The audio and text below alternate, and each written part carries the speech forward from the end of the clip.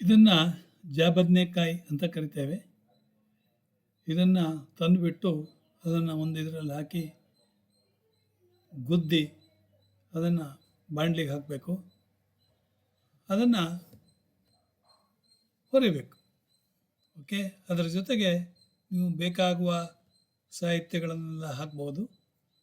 ಆಯಿತಾ. ಆಮೇಲೆ ಕಾಯಿ ತುರಿ ಹಾಕಿ, ಉಪ್ಪು ಹಾಕಿ, ಹುಳಿ ಹಾಕಿ ಎಲ್ಲ ಅದರ ಒಟ್ಟಿಗೆ ಇರಬೇಕು. ಆಯಿತಾ. ಜಾಬದನೆಕಾಯಿ ಪಲ್ಯ ಮಾಡುವ ವಿಧಾನ.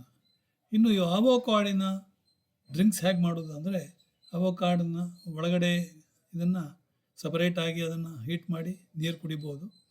ಅವೋಕಾಡಿನ ಇದನ್ನು ಯಾವುದೋ ಒಳಗಡೆ ಬೆಳ್ಳಗಿರೋದನ್ನು ತೆಗೆದು ಹಾಲು ಹಾಕಿ ಅದನ್ನು ಸಖತ್ತಾಗಿ ಮಿಕ್ಸಿಯಲ್ಲಿ ಮಾಡಿದರೆ ಒಳ್ಳೆ ಡ್ರಿಂಕ್ಸ್. ಅದಕ್ಕೆ ಬೇಕಾದ್ರೆ ಒಂದು ಚಮಚ ಜೇನುತುಪ್ಪ ಕೂಡ ಹಾಕಿಬಿಡಿ.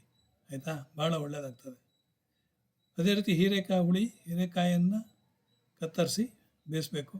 ಆಮೇಲೆ ಬೇಳೆಯನ್ನು ಸಪ್ರೇಟ್ ಬೇಯಿಸಿ ಆಮೇಲೆ ಒಗ್ಗರಣೆ ಹಾಕಿ ಉಪ್ಪು ಹುಳಿ ಖಾರ ಎಲ್ಲ ಹಾಕಿ ಕುದಿಸಿದರೆ ಒಳ್ಳೆ ಹುಳಿ ಆಗ್ತದೆ. ಇನ್ನೊಂದು ಆ್ಯಪಲ್ ಹೆಲ್ತ್ ಡ್ರಿಂಕ್.